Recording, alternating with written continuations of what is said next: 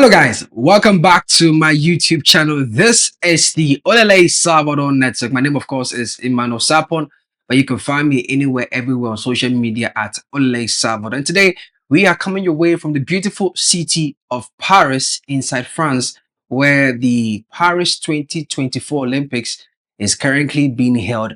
But for some of us, we are here because our Ghanaian soldiers, i.e. Sarkodie and Vibe, who were part of the curated African performance list for the African village, or here they call it the African station, during the Paris Olympics. I did see a flyer of Kim Promise also making the rounds, but I'll tell you why Kim Promise also couldn't make it. It's a conversation between whether he was booked or he wasn't booked, or whether the flyer that we saw was premature. So please don't forget to subscribe to the channel. Don't forget to like the videos, and if you care enough to share, I would be very, very glad to see you do that. Let this video go as far as it can, so that definitely people could be educated on why Sarkodie couldn't perform at the African station. I must let you know that the Station d'Afrique have held this particular aspect of the Olympics all throughout, okay, and it will be coming to an end, God willing, on the 11th of this month. So I got to the event just around 9:30 p.m. The sun was still up. Interestingly, I'm in the summer, so we are experiencing longer days and shorter nights, but yeah, the sun was still up, and we were thrilled to some beautiful African music from various countries, but most especially from Ghana. You could hear Kimpaluta's Makoma, is Aseda. You would also hear Shatta Wale's Wale, Wale. You hear Kim Promise's Terminator. Beautiful Ghanaian songs being played all throughout. Fast forward, Dago Vibes will take over the stage, and my oh my, what a set he had. He personally blew me away. I'm telling you, he impressed me so much, from the outfit to his interaction with the crowd, to the performance, to his connection and chemistry with the DJ. Spacely and North from La Meme Gang, supported him on stage, and they had a blast. In fact, they enjoyed themselves more, on stage, and it was so infectious that even the audience could not resist. Back-to-back performances of the songs on his latest album, But I Fly, and some, records from his previous albums, as well as some hits, Stay Woke, Tomorrow. All of these beautiful songs were performed on the night, and it was so amazing, it was so beautiful to see not just Ghanaians jamming to his music, but non-Ghanaians. Obviously, I couldn't identify what countries they were from, but non-Ghanaians, especially some white folks who were now enjoying, his set. And I think Darko performed about 40 to 45 minutes non-stop.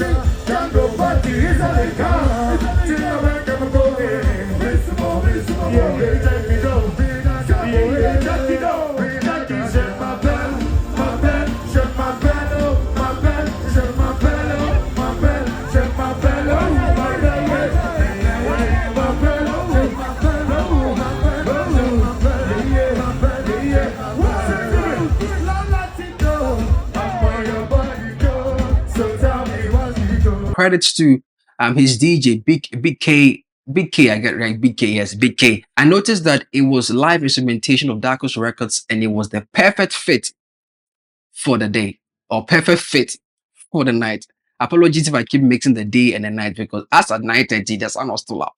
But yeah, it was a perfect fit. Especially in North, obviously North being, the flag holder representing Ghana. At some point in time, he turned the flag upside. I don't know what's going on with North. But yo, they had a blast. And we all had a blast. We enjoyed every single aspect of the performance. The DJ for the night, the host DJ for the night, took over the set from Big K J, and took us through some more African records hits, just back to back. People were jammed, people were excited. We're looking forward to Sarkodie. And so at some point in time, we believed that the stage was set because it was charged. The audience were ready, the crowd were ready. Some were obviously on their way from work because they thought they could just get there in time to see the Sarkodie performance. We were actually looking forward to the Sarkodie performance. In fact, most of us are there, or most of us were there because of Darko Vibes and Sarkodie. Only for us to wake up from our slumber, if I may, and see that a post had been put up by the agency responsible for Sarkodie in terms of some of this conversation. And that agency is Eagle Plug. Now, those of you who are not familiar with Eagle Plug is the same agency behind Sarkodie's Rapaholic exhibition. Basically, the press release from Eagle Plug suggested two things, and it was very straightforward and it was very clear. Sarkodie wasn't going to come. What? Sarkodie is not going to come. Sarkodie has pulled out of the performance. It says that Eagle Plug regrets to announce the cancellation of Sarkodie's scheduled performance at Station Afrique, which is the African Fan Zone event in the Paris today, 9th August 2024. Although our best efforts were made to honor the commitment, the agency responsible for the event has failed to fulfill its obligations. The contract was signed 2 months ago, but the agency has failed to fulfill the conditions precedent to enable Sarkodie to perform. Despite the failure of the agency to respect the terms of the contract, Eagle Plug did all within its power to get our artist and his team to come to Paris in anticipation of the agency keeping its part of the bargain. Throughout this period, we have exercised patience and understanding, fully aware of the complexities involved in organizing an event of this scale. However, even after the agency's repeated assurances that all issues would be resolved upon our arrival in Paris, nothing changed. As much as Sarkodie was eager to perform for the wonderful fans who came out to support him, we have been left with no choice but to cancel his performance at the last minute due to the failure of the agency to respect the agreement executed between the parties. We sincerely apologize to the fans for disappointment and hope to see you under better circumstances. So this is coming from the Eagle Plug. They handle comms and PR for Sarkodie or Success Music, and it's straightforward. Okay, you heard what they said. Basically, contractual issues. All right. So those of us on the grounds, obviously, we were heartbroken, disappointed that Obede couldn't make it, on the stage, and he had to pull out last minute because, like you heard, Sarkodie was actually in France 2 days. Was it 2 days or a day to the event? So obviously, we were excited that he was going to be on stage. In fact, he recorded a promo video. Hey, what's up, guys? This is your boy Sarkodie. I can't wait for the 9th of August. I'm going to be in Paris, Station Afrique, the village dedicated to Africa for the Paris Olympics 2024. Big shouts to Mayor Mohamed Yabali for the invitation. I'm really honored, and I can't wait to see the fans in the numbers. You already know what time it is. Somebody be pumping. I even talked about it in a way or sent, a message to his fans that he was going to be at the event. He was in France. He was ready to rock the stage. We were ready. We were excited to rock the stage. Now, mind you, when all of this thing was happening, when we got the opportunity to see what was happening on the internet, the fans there were still having the time of their lives. They didn't know what was happening. They were enjoying themselves because they were ready to see Sarkodie, and of course, some of us had to put out the news that he wasn't going to come on the internet, not even to the people who were at the event. Fast forward, the MC or the house announcer would let the fans finally know that Sarkodie wouldn't make it, and you could hear a pin drop. The excitement immediately dropped. It dipped. You could even hear some boos from the crowd. Obviously, people heartbroken by the news.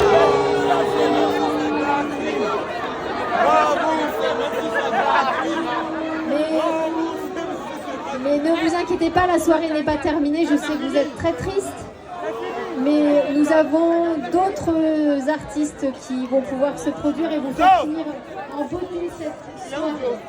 On les remercie vivement. Merci beaucoup et on continue la soirée.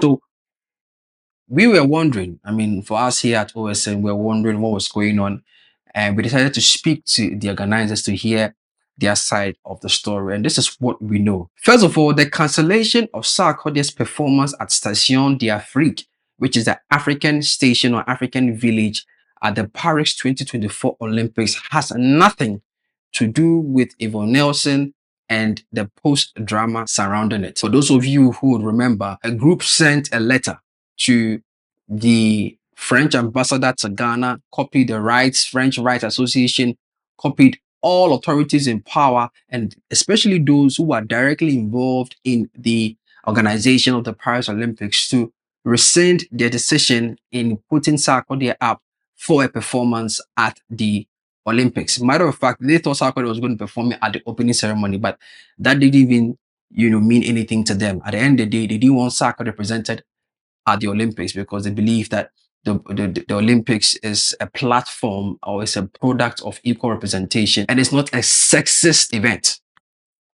All right. Now, we did hear that the authorities had their eyebrows raised after that letter. And even though the France embassy wrote back to say that as for us, we only facilitate visas and we are not directly involved in the organization of the Olympics, so we can't really assist you with that request right now. But I can speak on authority that the authorities responsible for the Olympics received the letter. They got hold of the letter and their eyebrows were raised. But for the intervention of the French mayor, the mayor of the city that we were in, the particular city where the Station d'Afrique is located, the mayor of that city, who is also responsible for the organization of the Station d'Afrique or the African station, had to intervene.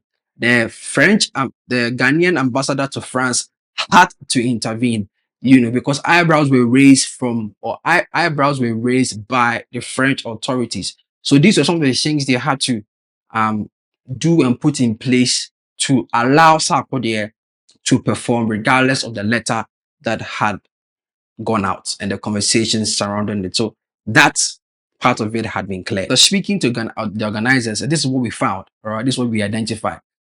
Now, I mentioned that Kim Promise was supposed to have been a part of the performance, but for some reason, the final promotion of the event did not have him there. All right, he himself he did not put out the article, and that was because this conversation about contractual obligations is simply about money. It's not anything else. It's just about money. The organizers or the agency, as captured in this press release, were responsible for the financial aspect of the contractual obligations for the talents. Now, I can't confirm or deny if they have sorted that out with Darko Vibes. Okay, I can't confirm or deny that. But when it comes to Sarkodie and by extension Kim Promise, there was supposed to have been a sponsor, and that sponsor was reportedly Adonko Beaters. Now, Adonko Beaters were supposed to have been the leading sponsor or the headline sponsor for the event and also for the Ghanaian talents. Okay, but here's where things went left.